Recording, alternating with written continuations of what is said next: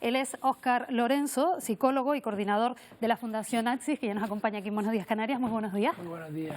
Bueno, la primera pregunta que quiero hacerle es ¿en qué momento un uso aparentemente inocente de la tecnología se puede convertir o puede entrañar un peligro de adicción? Sí, esto es un fenómeno relativamente nuevo para la salud mental y para las adicciones.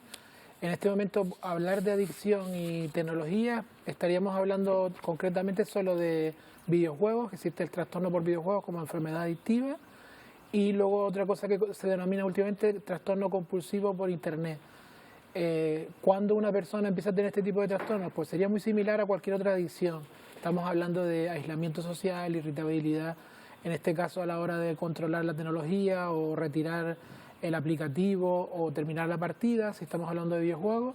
Y luego hay una serie de síntomas somáticos, ansiedad, nerviosismo, depresión, irritabilidad.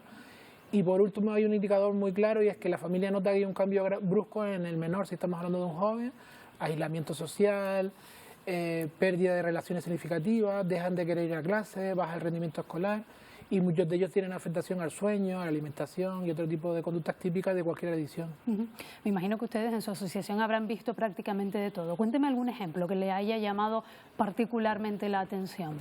Todos son muy llamativos. La adicción comportamental es en general un fenómeno potente que aísla y genera problemas de conducta muy graves. Tenemos un fenómeno muy actual que tiene que ver con la agresividad.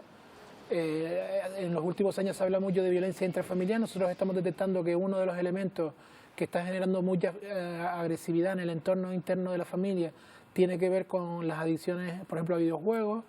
Lo que pasa es que cualquier persona que tenga un hijo que tiene adicción sufre un fenómeno de culpa, de vergüenza, que no lo tienen otro tipo de adicciones que están como más normalizadas. Entonces la familia lo guarda en secreto.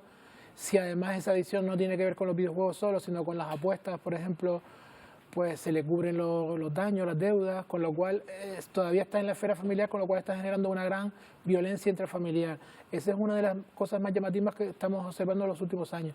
Y luego son niños que van perdiendo el ritmo escolar, que se van aislando de los demás, con lo cual pasan a tener problemas sociales, problemas de relación, problemas de rendimiento escolar, con lo cual se van quedando atrás en el proceso madurativo. Todo esto afecta a la salud mental porque generan ansiedad, tienen trastornos de la conducta, tienen trastornos para relacionarse, fobias. Estamos hablando de un fenómeno que todavía no se visibiliza, pero que está al interno de las familias afectando mucho. Y a esas personas que nos puedan estar viendo, que quizás en su entorno familiar tengan una situación parecida a la que usted está describiendo, ¿qué consejo se le puede dar? ¿Cómo puede hacérsele frente a esta situación?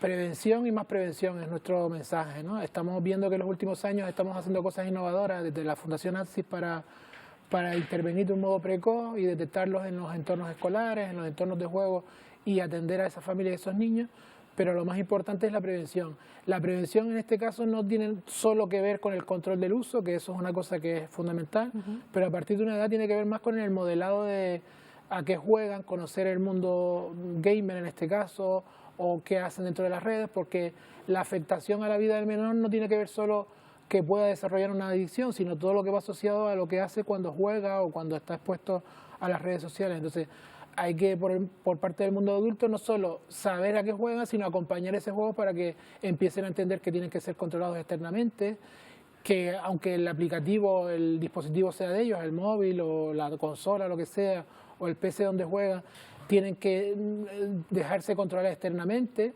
Y luego hay conductas que siempre han funcionado con las adicciones, que son tener una vida social, mantener las actividades una alternativa, ¿no? Claro, las alternativas de ocio son fundamentales a la hora de prevenir las conductas adictivas. Luego hay factores que ya no tienen que ver con que hagamos o no hagamos algo. A veces hay factores genéticos que hacen que algunas personas tengan mayor predisposición a desarrollar una adicción, cualquier tipo de adicción. En este caso lo que tenemos que recomendar es asistir cuanto antes a un profesional. El primer paso sería, si son menores, al pediatra, si son más grandes, al médico, que la red pública deriva fácilmente a la red de adicciones y la cadena sea activa y son atendidos de forma precoz. E intervenir antes de los 6 meses de aparición del trastorno es un factor de éxito de la mejora a largo plazo. Poderlo controlar mejor. Si llevamos, es verdad que la práctica nos dice que nadie consulta antes de 6 meses con un profesional, por eso que te decía de la culpa, la vergüenza y demás. ¿Qué opinión tiene usted? Porque claro, en un mundo como el que vivimos, que la tecnología forma parte de nuestro día a día todo el tiempo, ahora también en las escuelas, los niños, las niñas disponen de esos dispositivos, de las tablets para trabajar, para estudiar. ¿Qué opinión tiene usted al respecto? ¿Se abusa demasiado? ¿Considera que están en el límite adecuado? ¿Nos podemos arrepentir en un futuro? Bueno, ya empiezan a haber estudios que indican que ha habido una sobreexposición con todo esto de la pandemia a la tecnología en general, pero creo que el fenómeno es tan complejo de analizar que no deberíamos de simplificarlo mucho de entrada. La idea es que la tecnología es buena, de nuestra identidad pues creemos que hay que mandar un mensaje de que en principio la tecnología puede incluso ayudar a la salud.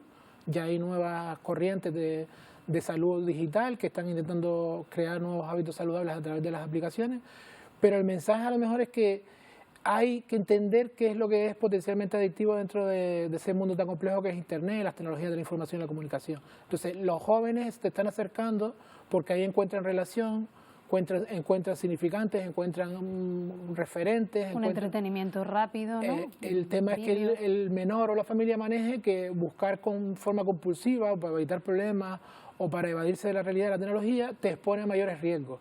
Además de los riesgos de seguridad, de contacto con mayores, etcétera. Pero el riesgo adictivo tiene que ver con cómo manejemos ese acercamiento a la tecnología, no tanto si es potencialmente adictiva. Sí es verdad que luego dentro de la tecnología están los videojuegos agresivos y competitivos y online que exponen a mayor riesgo adictivo, o algunas conductas de juego de apuestas que evidentemente son adictivas y están participando de ellas menores de edad.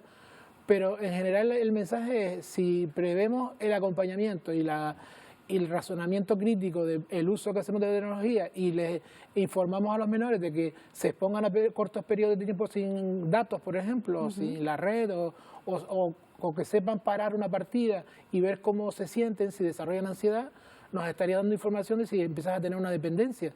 Hoy en día hablar de dependencia al móvil, creo que todos podríamos asegurar que estamos dependientes. Nosotros acabamos de hacer un estudio en Canarias y notaba que el 20% de los adolescentes reconoce que tienen adicción a la tecnología. Dicen que estamos enganchados, es decir, aceptan coloquialmente que tienen un fenómeno adictivo. Otra cosa es que luego pidan ayuda para evitarlo. Pues nos quedamos sobre todo con ese consejo de un poco que los menores hagan ese ejercicio, pequeñas pausas, incluso desconectarse de la red, de los datos cada cierto tiempo para ver cómo es su reacción, incluso como entrenamiento, ¿no? Para aprender a no depender tanto de esos dispositivos, de esos juegos. Muchísimas gracias, Óscar Lorenzo, coordinador de proyectos ATSI de Las Palmas. Gracias por habernos acompañado. Gracias, Marta. Buenos días.